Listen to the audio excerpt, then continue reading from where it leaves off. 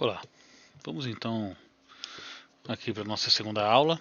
Hoje nós vamos falar sobre os módulos. Os módulos eles são divididos dentro do AutoStore em três fases. Você tem a captura do documento, você tem o processamento do documento e você tem a entrega. E todos esses são feitos de módulos, ou você pode chamá-los de ícones. Esses ícones eles têm algumas funcionalidades dependendo de onde a coisa acontece. Então, na captura você tem basicamente duas entradas: o documento nativo digital, que já é um PDF, por exemplo, onde ele é bem estruturado. Você tem um documento analógico. O documento analógico ele é o documento que você digitaliza, você tira uma foto, você passa ali no scanner, alguma coisa assim. Os documentos nativos eles podem ser enviados de duas maneiras. Então eles têm os componentes digitais, então pastas no próprio servidor, na rede, FTP, e-mail, tudo que você consegue chegar até um determinado local digital e acessá-lo. Você também vai ter o Auto Capture ou o Quick Capture, que são dois clientes distintos. O Auto Capture é apenas coleta e envia. O Quick Capture é uma ferramenta que pode conversar com scanners e você tem mais controles. Então você já tem algumas estruturas dentro dele que te permite fazer mais coisas. E você também tem os equipamentos embarcados, que é o grande tchan, porque ele tem módulos para diversos tipos de impressoras multifuncionais, em que você instala um cliente do Store na impressora e aí você consegue ter alguma vantagem com isso. Não importando se ele é um documento digital, nativo digital ou se ele é um analógico, por qualquer uma dessas entradas, ele sempre acaba virando um documento digitalizado. Então, um documento digitalizado, ele sempre passa para o segundo passo, que é o de processamento. Então, no processamento, a gente normalmente começa processando as imagens em si. Então, se ela não tiver, por exemplo, se ela for uma foto, um scanner, alguma coisa assim, nós vamos transformar isso em documento digital. Então nós vamos procurar fazer um OCR, ler alguma coisa. A gente tem o processamento do documento. Então aqui é quando a gente começa depois de fazer o OCR, a gente começa a tratar o arquivo, ver se ele tem alguma outra estrutura que vai fazer parte. Então, será que nós vamos fazer uma leitura de código de barras, um OCR zonal, alguma coisa assim? E com tudo isso coletado, nós temos o processamento das variáveis. Então, de onde ele veio, o que ele tem, quantas páginas ele tem, o que está escrito dentro dele, tudo isso pode ser transformado em variáveis. A gente pode utilizar isso. E a gente tem a saída. A saída a gente tem a padronização do documento processado e aí a gente pode entregar ele de várias formas diferentes. Então, a gente entrega ele em arquivos, então a gente pode entregar um PDF. Esse PDF, normalmente a gente usa o PDF para poder ter uma camada de texto, né? Então ele normalmente pode sair com XML, com arquivo JSON, com arquivo TXT.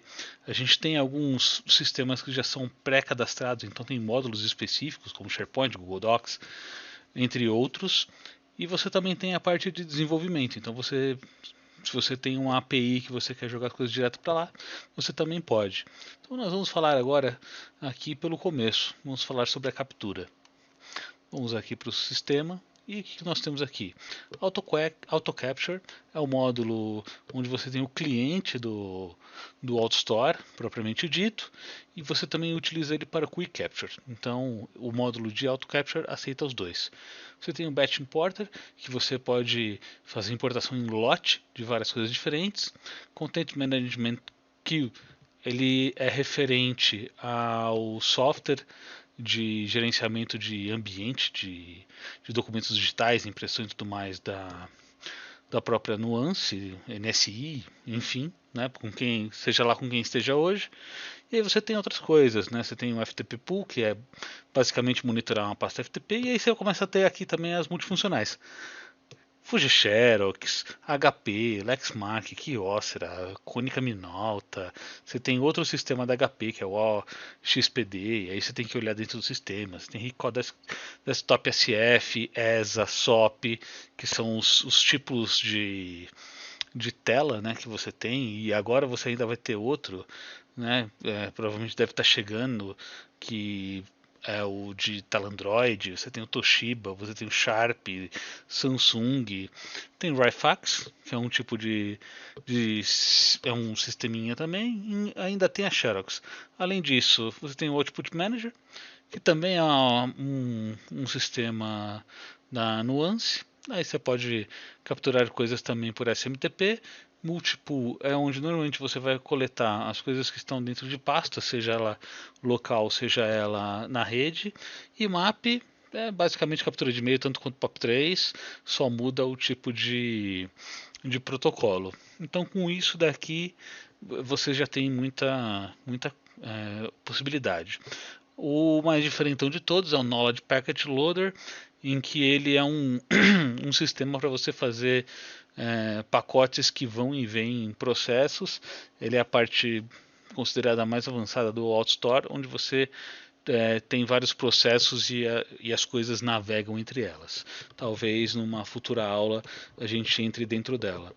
Uma coisa importante é o AutoStore, ele é feito de tasks, tá? E então você tem essa parte principal aqui, você tem o seu arquivo config, e dentro desse arquivo config você tem a sua primeira página aqui, né? Então se você der uma propriedade, você pode dar um negócio aqui, aula 2. Ele vai ter alguma estrutura de alertas. Quando que se você quiser que tenha que ele rode durante um certo momento, né? Tanto do processo padrão quanto o de retry, né? O de nova tentativa. E aqui é onde você vai ter o home directory, onde fica todos os temporários são processados. E se você quiser, você pode ligar aqui o debug, em que você tem aqui os níveis de quantidade de mensagem. 7 já é inacreditável, começa a ficar gigantesco o log, e já traz quase tudo que é necessário. Acima disso daí, só quem está caçando muito bit mesmo, então não faz muita diferença. Então, cada taskzinha dessa daqui só aceita um método de captura. Então, se você coloca aqui o auto capture e você tentar colocar o XD, aqui o HP, por exemplo, ele fala que já existe, né, um processo que só um componente é aceitado por vez, né, e ele fala se você quer fazer a troca, tá? Eu coloquei não. Se você colocar sim, mesmo que você já tenha configurado todo o resto do programa, ele zera. Então, muito cuidado. Não dá para você configurar tudo como auto capture. Chegou um projeto com, sei lá, com uma RICO, você puxar aqui, clicar em alterar e manter tudo. Não, todas as suas configurações são perdidas. Enfim, é, essa daqui eu acho que é a parte mais tranquila, que é só o cliente que você vai estar usando, e eles têm normalmente licenciamento distinto. Então, equipamentos você acaba tendo um tipo de licenciamento que ele é feito por dispositivo. Então, eu tenho 5 impressoras multifuncionais, eu vou colocar 5 licenças de device. Eu arranco uma, eu deleto a licença dela, coloco outra e utilizo aquela licença. E normalmente acaba ficando com um custo-benefício bom, ainda mais em ambientes que vão usar bastante. E todas as outras estruturas, e o Auto Capture também entra nisso, tá? Agora, IMAP, Multipool, que é pasta na rede, FTP Pool, todas essas coisas eles são por contagem de página, então é perigoso porque se o uso for alto, começa a ficar muito caro e por muito caro você acaba tendo ferramentas mais legais hoje em dia. Então, vale a pena se você estiver falando sobre dispositivo, tá? Até porque ele aceita uma grande variedade para sua empresa. Então, você pode trabalhar, se você trabalhar com qualquer uma dessas marcas aqui, é bem provável que você consiga usar, então você não vai ter um problema. A parte mais legal é a parte de processos, e aqui a gente vai diferenciar, tá? A gente tem alguns que depois do nome ele tem e-connector. Para explicar o e-connector, eu vou falar antes da terceira parte, tá? Vou passar da captura para a entrega, né? Que é a padronização e a entrega que ele tem. Nas entregas, aqui nós temos diversos sistemas. Então nós temos o Alfresco, que nasceu como sendo um produtinho que era um SharePoint-like, a gente tem o próprio SharePoint, a gente tem o SharePoint está aqui, né? Então a gente tem o SharePoint 2007, né? Ou seja, o legado. E a gente tem o SharePoint que vai ser aquelas versões mais novas, o 365 está incluso, 2013, 2017. E a gente tem algumas outras coisas, né? Então a gente tem aqui estruturas de arquivos, né? Então SFTP, FTP, folder, que mais? Vamos ver. XML Generator, que ele vai gerar um XML e ele pode entregar também o arquivo, e normalmente vai ser em caminhos de pasta. E todo o resto, eles já são de sistemas. Então, Alfresco, Application Standard, Autonomy Worksite, Box, Dockware, Docshare, Documentum, Dropbox, Zello, FileNet, Fortes, Google Docs, tudo isso daqui são sisteminhas, né? Então, dependendo de como for, você tem todas essas possibilidades. O único diferente aqui é o multi-router, que ele é um componente, é um meta-componente, então você utilizando ele no seu processo, dentro das configurações dele, você pode usar qualquer um. Então, por exemplo, se você tiver vários menus, e a gente vai falar sobre isso, que fazem coisas distintas, você pode ter entregas distintas. Então, você não quer colocar aqui, por exemplo, um send to folder, porque em algum momento você não quer simplesmente colocar um arquivo, você quer gerar um XML. Só que se você for usar o XML, você não pode entregar num SharePoint. Né? Você vai ter que fazer o SharePoint entender XML, e todos os outros sistemas podem acabar tendo esse mesmo problema. Então, o multi-router ele te ajuda porque dentro de cada menuzinho que você criar, ele pode ter uma saída distinta. Tá? Por isso que ele é um meta-componente, é um componente de componentes. Beleza. Seguindo aqui, vamos abrir agora os processos. Então, você viu que aqui algumas coisas elas se repetiram, né? E elas são o e-connector. O e-connector ele serve para você fazer alguma entrega, tá? Antes de você chegar no final. Então, se você quer entregar alguma coisa no Alfresco antes de terminar, você pode entregar aqui. Ou então, por exemplo, você precisa ter duas entregas, você pode configurar o Alfresco aqui e depois ter o multi-router no final. Então, isso já te ajuda nesse processo. Então, se em um determinado momento do processo você já quer guardar aquele arquivo, mesmo que cru, nem que seja para um backup, para fazer algum tipo de auditoria posterior, você já pode terminar por ali. Então a gente vai ter, tirando os e-connector que eu vou pular completamente, nós temos aqui leitor de código de barras, o Batestamp, nós temos o binder, a execução de linha de comando, data filter, serviço de diretório, e aqui a gente está falando de AD mesmo. Que mais que a gente vai ter? Filtros de encriptação e decriptação, opções de arquivo, precisa fazer algumas coisas, form overlay. Vamos descer aqui, nós temos o OCR, nós temos outro módulo de barcode, que é da Nuance, né? Porque o que tem aqui anteriormente, aqui em cima, ele ainda é o da NSI, então você tem um leitor de barcode um pouco mais novo, um pouco mais moderno.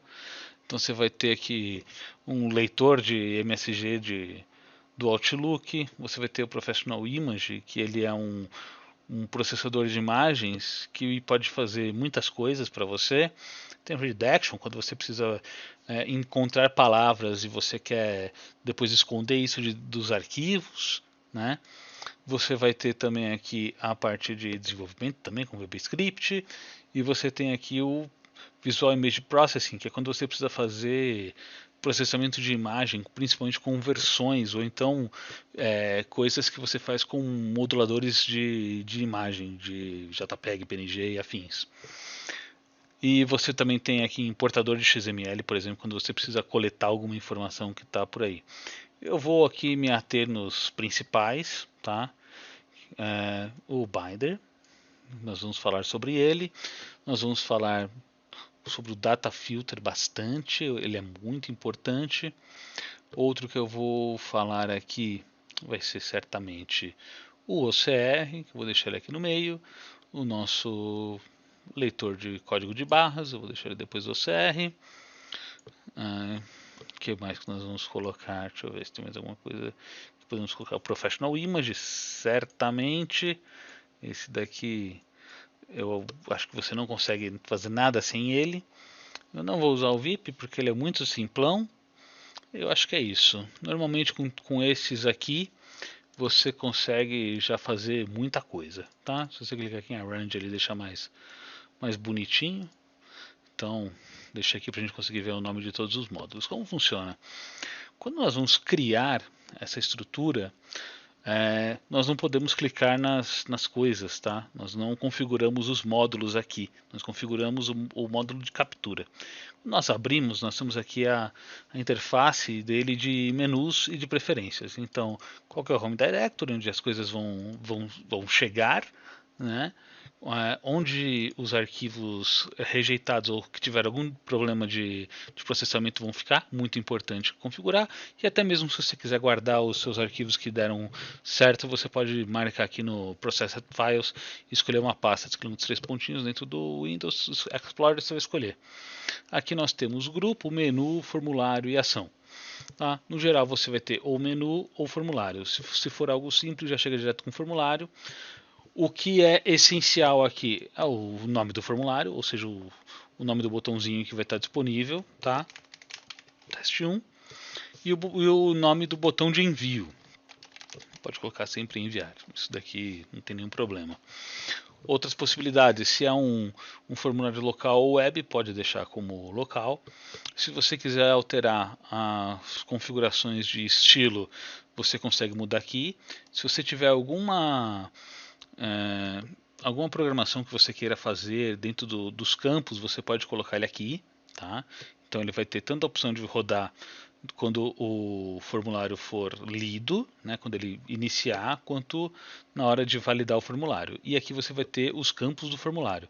Então você pode criar N campos, tá? Ele vai ter lá o nomezinho dele.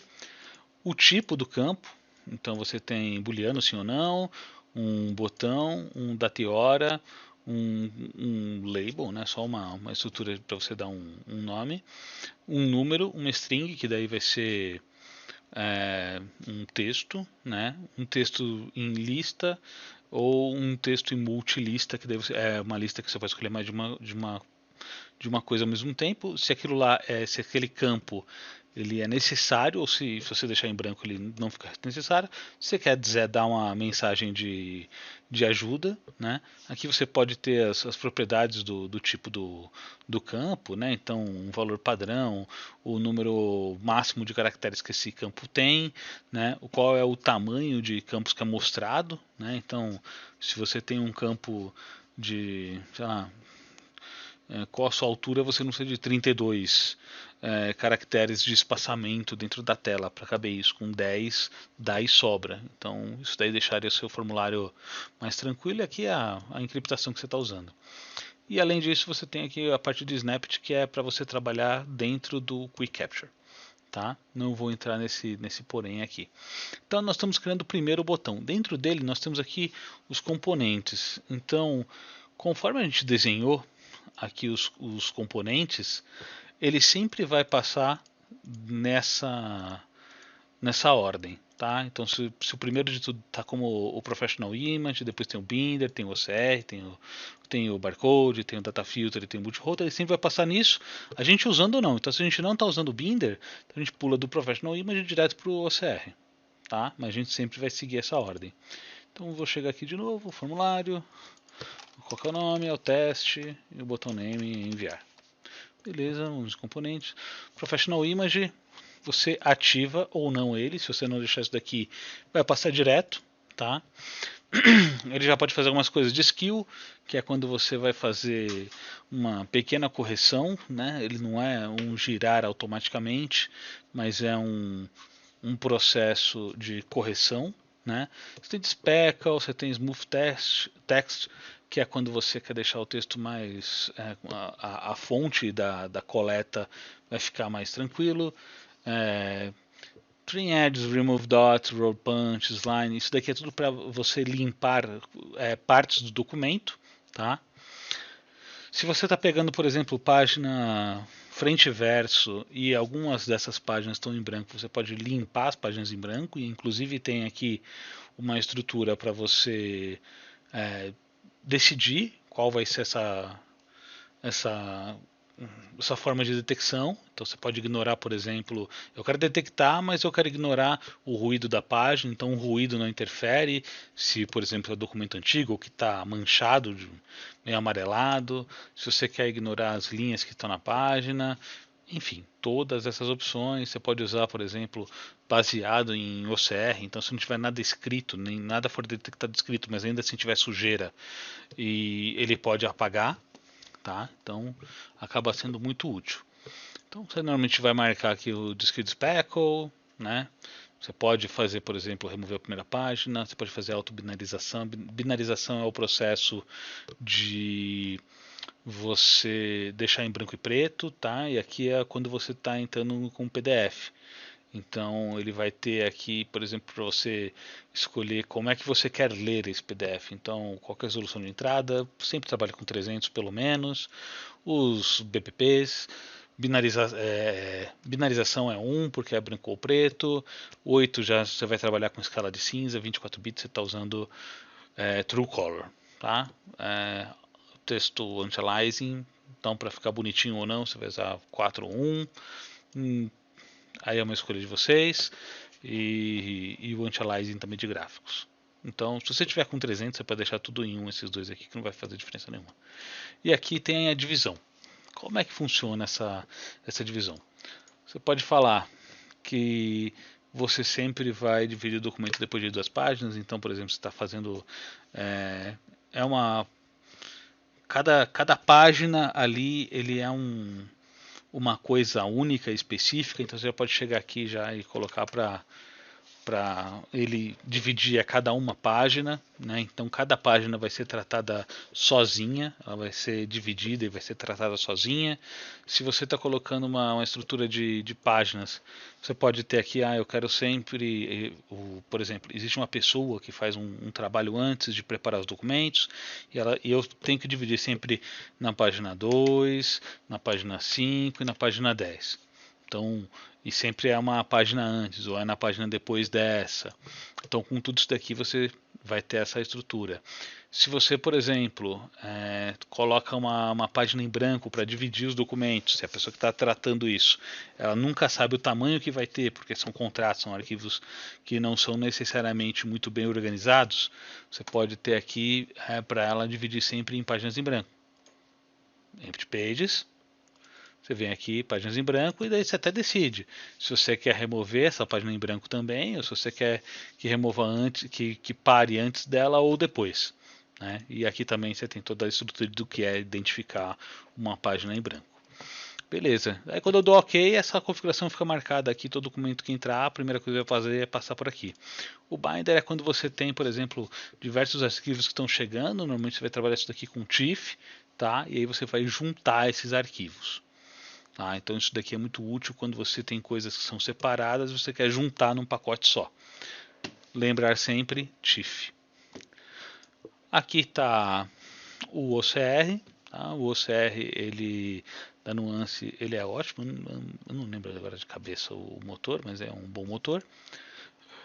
Você tem que lembrar de ativar. Qual que é o uso da CPU que ele pode usar? Então, se você tiver com um servidor sendo dividido com alguma outra tarefa, um servidor de impressão também, então você sempre lembra de eu vou usar 75% só, não vou usar 100%, senão eu vou parar a impressão. Mas se tiver só com... Se o uso dele for só para AutoStore, deixa em 100%, porque não tem motivo para não usarmos. Pass-through é o seguinte, um documento está entrando, né? É um arquivo escaneado em TIFF. Beleza. No momento de que você vai fazer o OCR, ele ele tem que te entregar algum formato. Esses daqui são os formatos. Você tem PDF, tem TXT, tem HTML, DOC, XLS, enfim. Você tem uma ampla quantidade de opções. Só que a pergunta aqui do pass-through é: você quer que eu entregue o documento original e o alterado? Se você colocar sim, na hora da entrega ele vai te entregar o PDF e o documento original. Se você escolher não, ele vai ignorar na entrega. A partir desse momento aqui, ele vai deixar de lado o documento original e vai trabalhar só com esse daqui que a gente está usando. Tá? Então, todos os processos de pass-through que existir dentro do AutoStore é sempre essa a questão. Tá? É você deixar de lado o anterior e usar apenas esse. Então, via de regra, não tem pass-through. Beleza. Aqui são os arquivos de entrada possíveis e é muita opção. Tá?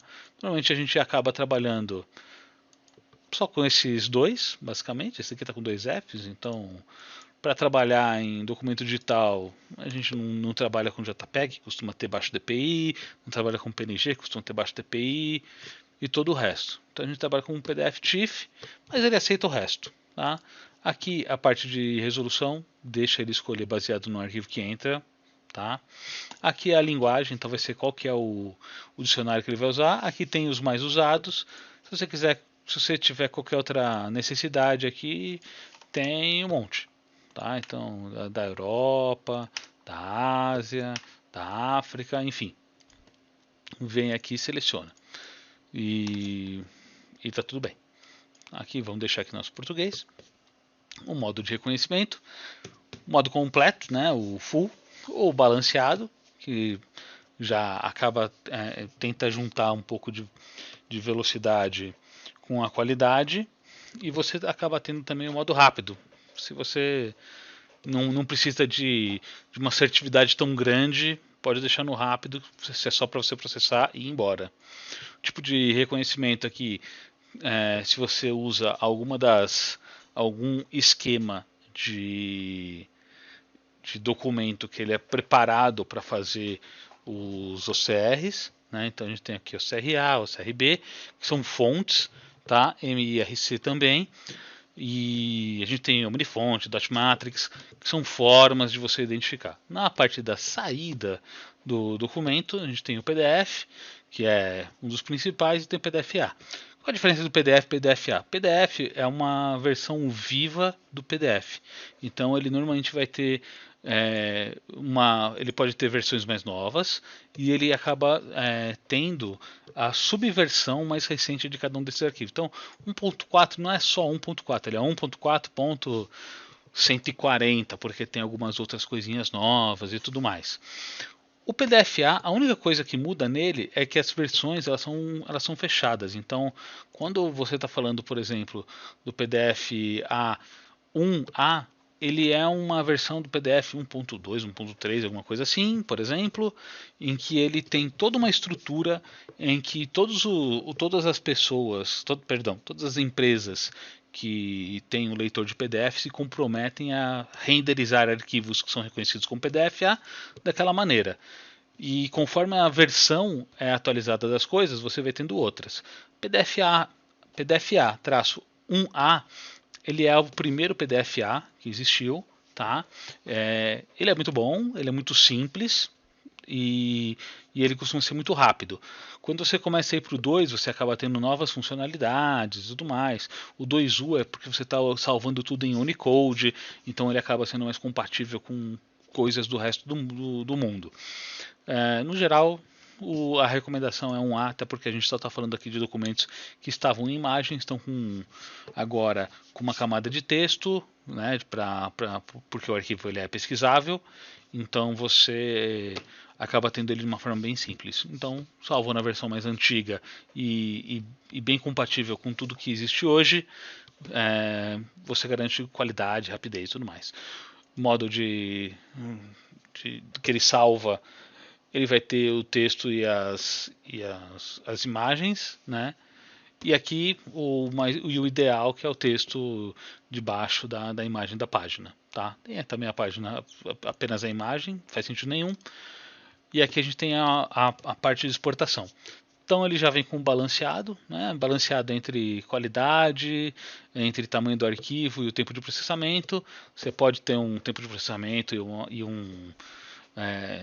um espaço de armazenamento mais utilizado para ter uma melhor qualidade gráfica. Você tem uma velocidade rápida de processamento e tudo mais. Tudo isso daí acaba sendo alterado aqui, né? Então qual que é o tipo de compressão que você está tendo, que você vai usar, se é JPEG e tudo mais, qual que vai ser o formato da gravação. Então o JPEG 2 Lossless ele é ótimo. Se você estiver falando apenas de branco e preto, é o CCI-TT4, que é o famoso Group 4, né? Aqui você tem a parte de reduzir a qualidade do documento, se você quiser. Aqui a qualidade do JPEG. Melhor coisa, deixa aqui no balanceado. Existe o MRC, que resumindo muito, deixando ele muito simples de ser entendido, em momentos que existem apenas texto, ele deleta a imagem daquele texto e deixa apenas a camada de texto em si. Se ele identificar que tem uma imagem ali junto, uma fotinho, alguma coisa, de um gráfico que você colocou, ele compacta aquilo lá como imagem. Então, no geral, isso daqui ajuda você a economizar algum espaço. Então, pode usar ele mesmo em balanceado, que vai ser importante. E aqui você tem outras configurações para outros processos, né? Então, RTF ou DocX, ele já tem alguns outros campinhos. No geral, vamos aqui trabalhar com PDFA. Beleza, então tá aqui. A gente vai ter a parte de OCR zonal. Então, se você quer marcar aqui uma opção, isso daqui eu vou falar na próxima aula, na aula 3. E a gente entra melhor nesse campo aqui e nos outros módulos. Nós temos agora o barcode, que podia ser o barcode ou o OP barcode. Tá? Eles são bem semelhantes, eles fazem basicamente a mesma coisa. Aqui também tem outra pegadinha, que a gente vai entrar nela. Então, ativar. Qual o número máximo de códigos de barras na página? Então isso daqui te ajuda com processamento, tá? Se você sabe que a sua página tem no máximo 2 códigos de barra, coloca 2 para ele não ficar procurando depois de encontrar o segundo, ficar procurando mais, né? Qual que é o menor comprimento do código de barras? Então você só quer códigos de barras que tem pelo menos, sei lá, 10 dígitos, tá? E aqui são todas as possibilidades de código de barras que você vai ter. Então você tem aqui diversos, né? Alguns você não consegue normalmente tirar, né? Então você vem aqui e tal. Coisas importantes: QR Code, PDF 417, você vê que do lado aqui, ó, 2D Barcode, 2D Barcode e o Data Matrix também, 2D Barcode. Todos eles são, se você não conhece o Data Matrix, o PDF 417, eles são coisas semelhantes ao QR Code. O PDF 417 é muito visto em passagem de avião. Tá? Aquele gráfico bizarro acaba sendo um PDF 417. E todos os outros acabam sendo o que eles chamam de 1D. Tá? 1D por quê? São códigos de barras com barras. Né? Então ele só tem ele está sempre meio que desenhado da esquerda para a direita com linhazinhas que você acaba lendo. Por isso que eles são considerados de uma dimensão. 2D é porque ele tem tanto informações que vêm na vertical quanto na horizontal. Por isso que eles são considerados 2D. E tem diferença de preço na licença, tá? Isso daqui é um módulo adicional. Então, QR Code é legal e tudo mais, acaba gerando um custo a mais dentro do seu processo. Então, tome cuidado para não ficar muito caro. Aqui ele está perguntando onde é que ele vai procurar, né? Então eu vou procurar códigos de barras em todas as páginas, né? Aqui eu tenho eu tenho aqui a procura de códigos de barras em locais específicos, zonal, né, igual ao CR zonal, só que aqui agora você está falando sobre código de barras. E também você pode pegar o código de barras para ser um divisor de páginas. Então, às vezes, vale mais a pena você ter o barcode antes do OCR, porque às vezes você quer dividir esse documento antes. E aí você pode dividir ele ou como wildcard ou como expressão regular. Então, se você tem vários códigos de barra no documento e você tem um padrão para dividir isso, você pode dividir. Então, se você tem uma folha de rosto de um documento e ele sempre tem lá um código específico que é, sei lá, 6 dígitos, traço, daí ele vai ter a letra A, B ou C, que é referente, sei lá, ao tipo do, do andar, do andar não, mas do departamento que aquele documento se refere. Então você pode usar uma expressão regular. Então você vai colocar barra D, 6 dígitos, o tracinho, né? E um ABC que vai ter um dígito. Então, quando você coloca essa expressão regular, você está falando que você está procurando 6 dígitos numéricos, um traço, né, um hífen, a letra A, B ou C aparecendo apenas uma vez. Então, se aparecer isso daqui, você vai cortar a página. Como nesse caso é uma folha de rosto, as informações que estão ali são importantes, você vai mandar para manter, né, a página separadora, né, e ele te fala onde é que você vai quebrar o arquivo. Então você vai quebrar antes do separador, né, porque o separador é a primeira página. Se você colocar que é depois da página separadora, é se esse código estivesse na última página do processo. Então com isso você consegue ganhar toda essa estrutura, tá? Agora nós temos aqui o data filter. O data filter ele tem diversas opções, tá? Então aqui tem que lembrar de ativá-lo, né? Aqui nós temos a opção de adicionar algum filtro. Quais são os filtros? Limpeza, concatenação, conter, aí é um sim ou não. Termina com é igual a ajustar o formato de data, ajustar o formato de tempo, deixar tudo em caixa baixa, deixar tudo em caixa alta, procurar por uma expressão regular. Então voltamos aqui à expressão regular e funciona muito bem isso daqui. Nós temos a troca de alguma coisa, o começa com, que é o contrário de termina com. Nós temos aqui o diminuir, né, o trim. Nós temos aqui a expressão. Nós podemos aqui fazer também algumas coisinhas menores. Então, procurar, né, dar um lookup num banco de dados. Então, a gente pode pegar, por exemplo, encontramos um código. Nós queremos olhar dentro do banco de dados para ver se isso daí já existe. E essa resposta vai servir, por exemplo, para a gente tomar alguma ação. Então, eu vou falar aqui de algo que pode ajudar bastante. Tá? Então, por exemplo, encontrar a expressão regular. E vamos falar sobre imagina que a gente coletou um campo dentro do OCR zonal. Né? Então a gente marcou um desenho para fazer dentro de um documento, só que pode vir algumas sujeiras, né, com esse documento. Então a gente primeiro vai dar um campo, o nome do campo, para ser utilizado aqui, e ele vai virar uma variável igual todas essas outras que existem aqui. Tá? Todos aqui são variáveis que você pode usar. Tá? Dentro do OCR vai ficar o zona 1, então na aula 3 a gente vai ver isso daqui com calma, mas basicamente sei lá, CPF limpo. Então o input a gente buscaria algo do OCR, tá? Então viria aqui como, sei lá, acho que é zone.1. Então a zona.1, então vai vir algum texto daqui, né, do nosso zonal. E aqui a gente tem o que nós estamos encontrando, né, o que nós estamos procurando. Então, se é um CPF, digamos que ele venha todo certinho, ele vai ter esse formato. Né?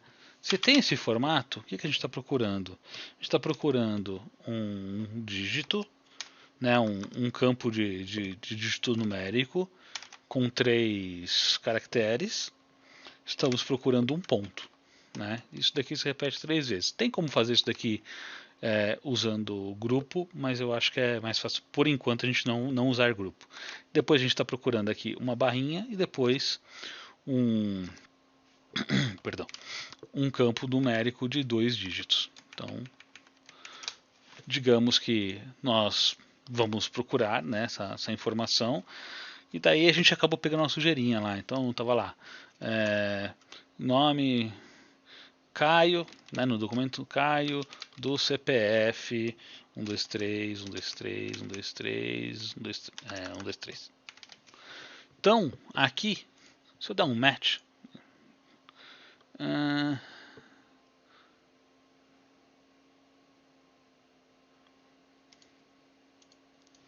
oh meu Deus, será que é para lá o D?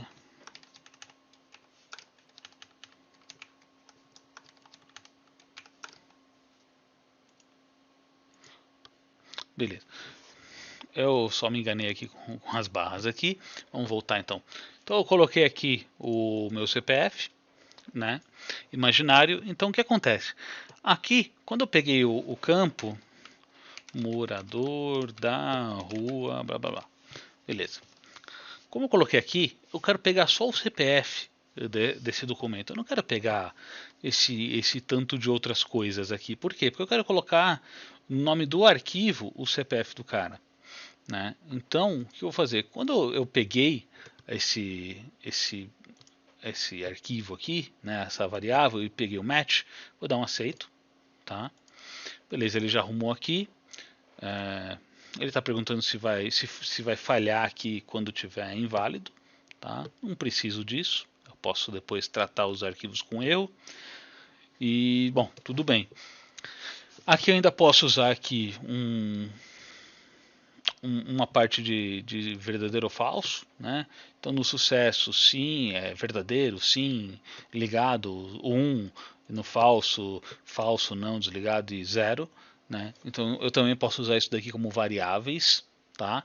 Ou se eu tiver uma outra variável que eu quero usar, tipo assim, encontrou o CPF, então eu coloco assim, CPF ok. Se foi falso, CPF não ok. Então eu posso utilizar isso daqui dentro do meu caminho, por exemplo, de pastas, aí ele vai virar tipo Paraná, sei lá, C2 pontos, barra arquivos, barra CPF ok, barra o nome do arquivo, o CPF. Né? E CPF não ok, mesma coisa. C2 pontos, barra imagens, barra CPF não ok, interrogação, ponto PDF. Entendeu? Então isso daqui serve para fazermos isso, para fazer esse tipo de limpeza, tá? E até uma estruturação. Beleza, então eu criei aqui meu CPF limpo, ok. Aí eu vou ter aqui o multi-router. Né? O multi-router vai me dar todas as opções que aquele outro já me dava. Né? Então aqui tem todas essas opções. Eu vou, por exemplo, escolher aqui enviar para a pasta. Eu vou clicar nesse quadradinho. Aqui eu tenho todas as saídas, que eu posso ter várias. Então vou adicionar. Ele vai me pedir aqui um caminho tá? de saída. O CR aqui mesmo. Ele vai perguntar se eu quero normalizar, né, o nome do arquivo. Então normalizar é deixar a primeira letra maiúscula e todas as outras ficam em minúsculas. Ele está perguntando se eu vou utilizar, se eu vou dar overwrite, né, se vou sobrescrever arquivos já existentes com o mesmo nome. Não preciso fazer isso, tá? Isso daqui é muito perigoso. E eu vou renomear o arquivo, porque ele vai vir com uma hash, né? Então, para não vir uma hash maluca no meu arquivo, eu quero que ele venha com umas informações. Que informação que eu quero que ele tenha? Eu quero que ele tenha aqui o resultado do CPF limpo. Pô, mas eu poderia ter ali é sucesso ou não, é falha ou não, dentro do caminho. Era só eu puxar isso daqui para cá. É sucesso ou não, tal, OCR barra essas estruturas. Então com isso daqui eu consigo fazer muitas coisas. Daí, pô, mas se eu colocar só o CPF, como é que eu sei se eu já não coloquei um documento dessa pessoa? Aí você pode fazer o seguinte. Aqui você pode escrever o que você quiser. Isso daqui é uma variável dele. Então eu posso colocar, por exemplo, um if, um underline, por exemplo, e vem aqui, ó, enviar para a pasta, que são as opções que tem aqui. Aqui, primeiro que eu vou ter essa estrutura de tempo. Então eu posso colocar o ano, eu posso colocar o dia do mês, né? Então eu coloco o ano, eu coloco o mês, eu coloco o dia do mês. Eu posso colocar até tipo o dia do ano, que é meio estranho, a gente não costuma usar tipo, isso, né? Aí colocar hora, minuto, segundo, né? Eu acho que tem aqui, e o segundo, né? Então a hora que isso aconteceu, né, em que esse processo aconteceu, tá? Não é o momento que entrou, não. Aí aqui eu vou ter o nome do arquivo original, e aqui eu posso usar o file counter para fazer o seguinte: ele vai olhar esse nome aqui. Se esse nome já existir, ele vai adicionar um 2, tá? E se não existir, ele começa com 1. Então ele coloca lá, 123, 123, 123, traço 12, underline 1, underline 2, se já existir, 3 e assim vai. Tá? E aí depois eu coloco um ponto, file extension. Porque com file extension eu garanto a entrega do documento na extensão que nós estamos usando. Então, por exemplo, se estamos falando do OCR em PDF, ele vai entregar com um PDF. Imagina que no OCR você trocou, por algum motivo você trocou para uma entrega em DocX. Então, se você colocar a entrega para ser de forma estática, ponto PDF, não vai abrir no seu leitor de PDF. Então, você vai ter que deixar ele como File Extension, para ele alterar automaticamente e isso não ser mais um trabalho manual. Só que digamos que nesse campo de CPF limpo, na verdade você estava procurando outra informação e por acaso no meio dele tem uma barra. Né? Qual que é o problema da barra? A barra ela não é aceita pelo próprio Windows como um nome válido. Então, se você tentar criar aqui um arquivo e colocar uma barra, ele fala, ó, barra contra barra não funciona, dois pontos, asterisco, interrogação, aspas duplas, sinal de menor, sinal de maior e sinal de pipe. Você não pode usar esses caracteres como nome de arquivo. Então, nesse caso, ele vai impedir. Para o seu processo não parar, ele tem a opção de você alterar, para você trocar os caracteres inválidos por underline. Então, se tiver uma barra no meio, ele troca por underline para o seu arquivo não simplesmente existir, né? Tipo assim, ele existe para não dar, para não parar o processo e o cara não ficar sem o arquivo. Então eu vou trocar o que for caractere ilegal como underline. E aqui ele fala, ele tem a opção de apenas adicionar um contador se o arquivo existir. Então você só vai, isso daqui só vai aparecer o número 1, por exemplo, só vai funcionar como algum caractere que for mostrado quando já existir um arquivo com. Então o primeiro não vai ser entregue com esse contador.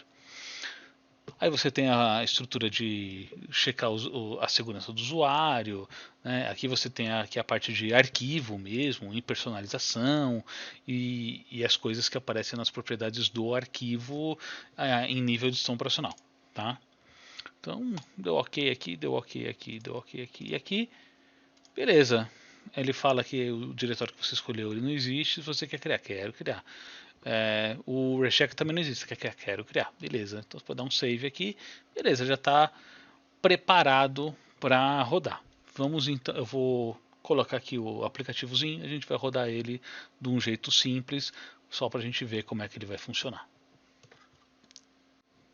Vamos lá instalar os clientes do AutoStore. Os clientes por padrão, já vem alguns por padrão dentro da pasta de Distributables, da pasta de instalação do AutoStore. Então dentro dele você tem o Auto Capture e você tem as outras coisinhas aqui. Então tem umas coisas como coisas relacionadas a Docshare, HP, tudo mais. Tem os instaladores baseados em ESF da Lexmark, por exemplo. E tem aqui o Auto Capture, que é o cliente padrão para Windows. Tá? Ele é bastante utilizado e ele é gratuito. Ele está dentro do pacote padrão do AutoStore. O Quick Capture, que nós vamos falar depois, ele é um licenciamento à parte. Tá? Então aqui o Custom não tem nada demais. Tá? A mesma coisa. Instalar.